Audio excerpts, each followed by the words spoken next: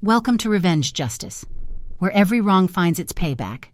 So, on that night, when the lobby filled with restless guests, when tempers began to flare, when the weight of Mary's cruelty pressed down harder than ever, Stephanie made a decision. Mary lived nearly an hour away. She had already driven home, so Stephanie waited. She smiled at the guests, apologized, promised them that the manager would make things right. She worked. She held the front together just long enough for Mary to be far away. Then, she called the other two front desk workers. She told them, "Don't answer if Mary calls. Not tonight." They agreed. They were tired too. They were done too. And once that hour had passed, once Mary was comfortably at home, Stephanie stood tall. She slipped off her uniform shirt, laid it gently across the counter, and she walked away. The line of guests grew. Voices rose, frustration turned into anger, but Stephanie was already gone.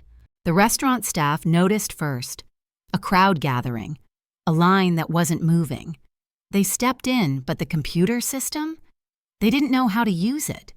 Guests complained, some shouted, others demanded refunds, phones rang, unanswered, and when someone finally called Mary, she realized the disaster she had created. Her staff was gone. Her lobby, was full of furious customers. Mary called Stephanie, no answer. She called the other clerks, no answer.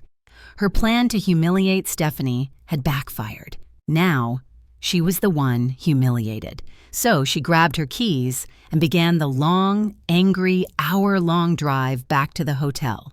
But Stephanie's revenge didn't end with the walkout. No, because for months, she had been preparing. She had saved emails where Mary badmouthed the hotel's owner, calling her stupid.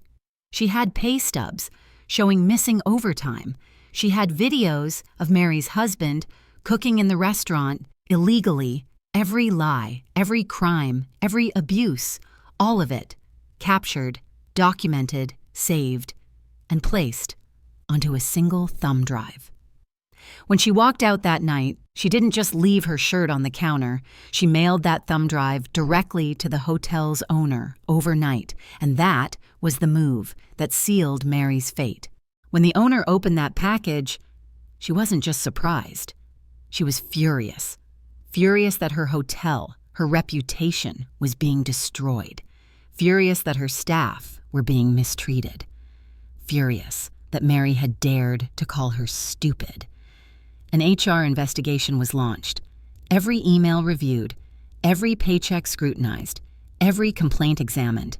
And the deeper they looked, the uglier it got. Mary hadn't just broken rules, she had broken laws, and the management company had allowed it. The call came quickly. Mary Ness was terminated, escorted out, stripped of her power. Her empire of fear crumbled overnight. But the fallout didn't stop there. Because this wasn't the first time the management company had placed a terrible general manager, and the owner had seen enough. She fired them, too. The entire company. Gone. Stephanie Peake was offered her job back. The owner told her she respected her bravery. She admired her persistence.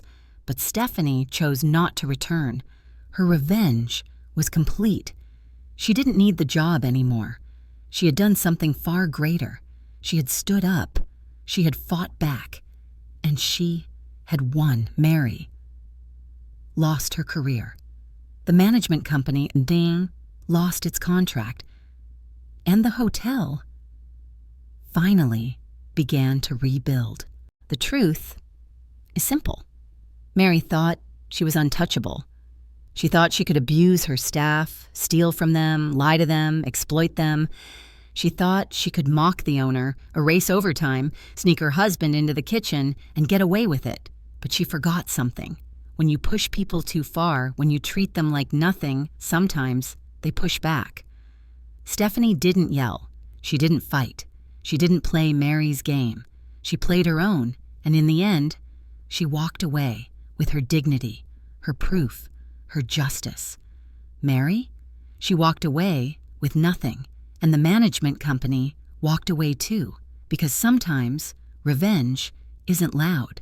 Sometimes it waits, silent, patient, until the moment when the powerful are forced to answer to the powerless.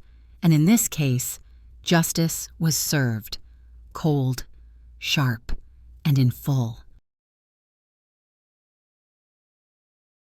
The story teaches that patience and careful strategy can turn the tables on cruelty. Those who underestimate others ultimately face the consequences of their arrogance.